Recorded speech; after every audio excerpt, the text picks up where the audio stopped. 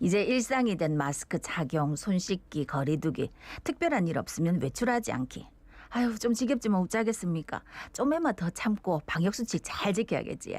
어제 오후를 기준으로 했을 때 부산의 코로나19 확진자 수는 19명입니다. 상황이 좀 좋아졌지. 거리 두기의 효과가 조금씩 나타나고 있는 걸까요? 그래도 아직 안심할 수는 없습니다. 현재 코로나19 상황 진단해 보겠습니다. 예, 동아대 감염내과 정동식 교수 함께합니다. 안녕하십니까? 안녕하십니까? 네, 안녕하세요. 예.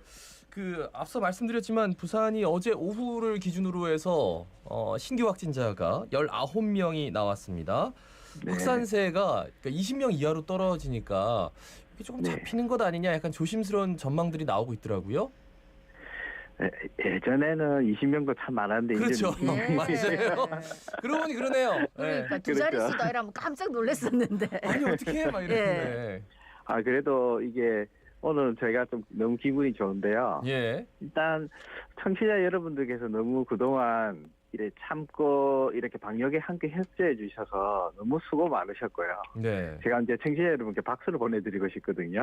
네. 드디어 부산도 확진자 감소 추세에 들어갔다고, 감소 추세입니다, 추세. 네. 예, 추세. 들어갔다고 말씀드릴 수 있을 것 같은데요.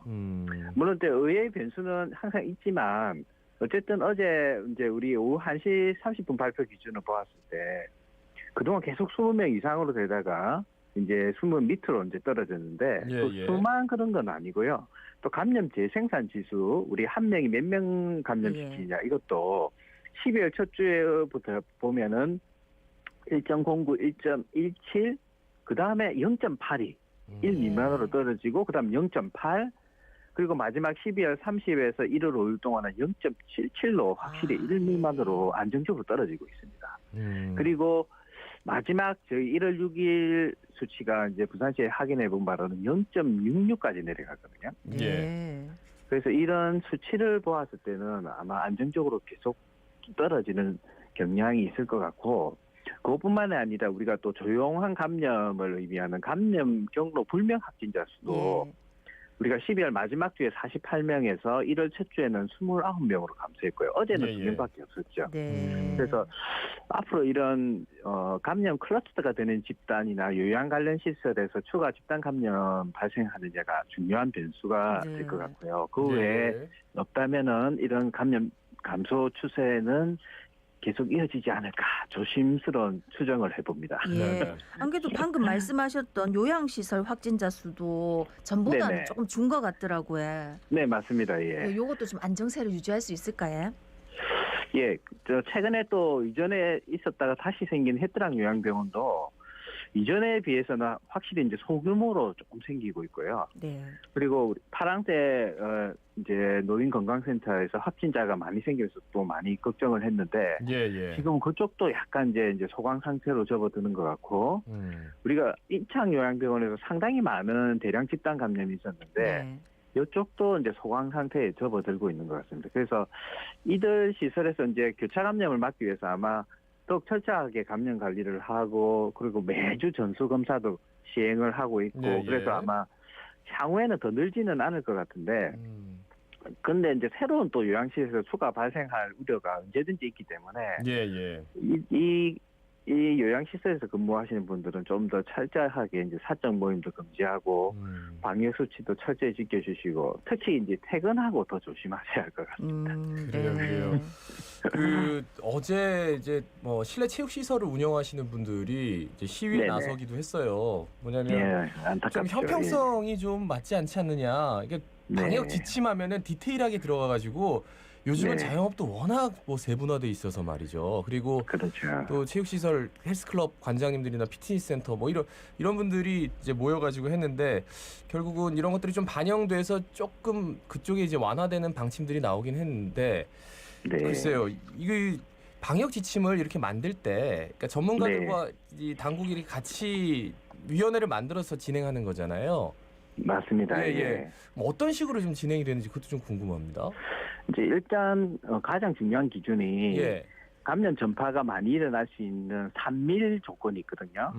그러니까 밀폐되고 밀접하게 접촉할 수밖에 없고 그리고 밀집된 환경이 되는 경우는 아주 고위험 지수로 분류가 되는데 이런 실내 이제 그 운동을 할 수 있는 시설 같은 경우는 특히 겨울 같으면 이제 딱 밀폐가 될 수 있는 환경이고 그리고 그 기구를 만지고 사용하고 하게 되니까 아무래도 접촉이 되고 또 밀접할 수 있는 환경이고 그런 요소들이 있기 때문에 아마 이제 집합 금지가 조기에 이제 이루어지는 부분이 있습니다. 그래서 이런 부분들을 아주 세세한 부분까지는 이렇게 그 위원들이 이렇게 뭐 조치를 처음부터 많은 영역을 한꺼번에는 할 수는 없으니까 이번 기회를 이용해 가지고 그런 위험들을 최소화할 수 있는 부분들이 있다면 그런 부분은 조절을 할 수 있는 그런 시도가 좀 있었으면 좋겠습니다.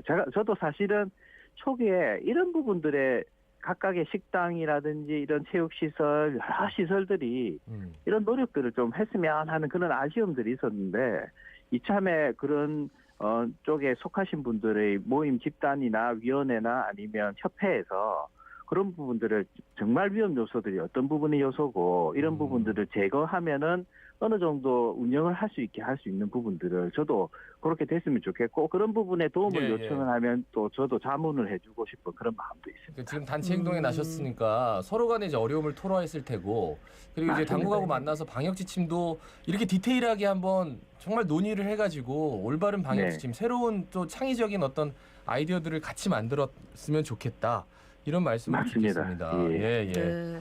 뭐 저희 시간에 늘 말씀드린 백신도 백신이지만 사실 치료제도 좀 기대를 하고 있는데 국산 치료제는 지금 어디까지 와 있습니까? 개발은? 지금 국산 치료제 중에는 이제 혈장 치료제가 녹십대에서 이제 거의 지금 다 만들어져 가지고 조건부 승인을 기다리고 있는 중이고 더 중요한 것은 우리 대량 생산이 가능한 항체 치료제가 있거든요. 이게 이제 거의 우리나라가 미국에 이어서 아주 빠르게 지금 개발된 상태고, 그게 이제 셀트리온에서 개발한 항체 치료제라고 CTB-P59라고 레케로나주라는 이제 약품이 있는데, 지금 식약처에 이제 이상 임상 시험이 검토에 들어갔습니다. 그래서 예전 같으면 수개월이 걸렸는데, 지금은 새로 제도가 바뀌어가지고 한 40일 안에 조건부 긴급 승인이 가능하거든요. 그래서 아마 경증 환자 중에서 이 치료를 해서 중증으로 진행하는 걸 막는 걸 목적으로 첫 번째로 하고 있고 그리고 우리 밀접하게 접촉해가지고 노출된 분들 있잖아요. 이분들이 자가격리를 하는데 어떤 분들은 상당히 감염의 우려가 많은 분들이 있거든요. 그런 분들을 조기에 이 치료제를 투여해가지고 감염이 안 되게 막는 그런 부분을 차관해서 연구가 됐었는데 아마 조건부 긴급 사용 승인이 이루어지면 아마 광범위하게 이제 사용할 수 있을 거고 벌써 셀트리온에서 10만 명 치료분도 미리 생산해 놨다 하거든요. 그래서 다음 주에 아마 그 이 임상 세부 데이터 결과가 다음 주 13일에 발표할 예정인데 저도 이 결과를 아주 목놓아 기다리고 있습니다. 카이스트에서는 이동형 음압병동을 마련해가지고 이게 그러면은 이동식으로 뭐 어떻게 되는 겁니까? 이게 저도 어제 뉴스 보고 좀 정말 대단하다는 생각했거든요. 이게 이 이동형 음압병동은 우리가 경증 환자를 위한 병실이 아니고요. 중증 환자를 위한 병실입니다. 경증 환자 병실은 사실은 일반 병실을 약간 음압기를 넣고 간단하게 하면 금방 만들 수는 있는데 중증 환자는 우리가 고유량 산소를 하거나 인공호흡기나 체외산소 순환 치료 같은 여러 가지 물품들이 들어가야 되거든요. 그래서 이런 부분이 쉽지 않은데 저희 병원도 사실 위중 환자 3분을 치료하고 있는데 2분이 이제 고유량 산소 치료를 하고 1분은 인공호흡기를 치료를 하고 있는데 이 치료하기 위해서 여러 가지 공간이나 시설 이런 것들이 참 많이 필요를 하거든요. 그래서 중환자 음악 격리실을 만드는 거는 많은 시간, 노력, 공간이 필요한데 이 이동형 음악 병동이 사진에 보시면은 총 4개 병상을 갖추고 있는데 그 안에 여러 가지 각종 시설이 있는데 놀란 거는 그 안에 있는 여러 가지 모듈 제작 그러니까 공장에서 제작하는 게 한 2주면 만들 수가 있고요.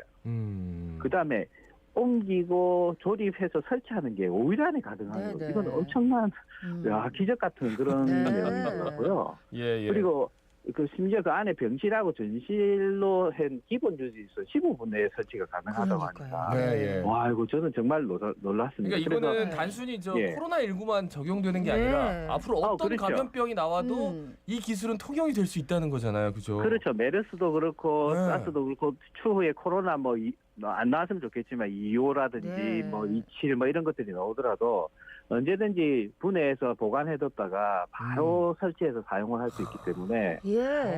아주 유용하고 이게 수출도 많이 되지 않을까 네, 생각이 네. 듭니다. 그러니까 저도 보면서 역시 우리나라 과학자들 이러면서 아니 무슨 텐트처럼 팍 쳐지는데 너무너무 신기하더라고요.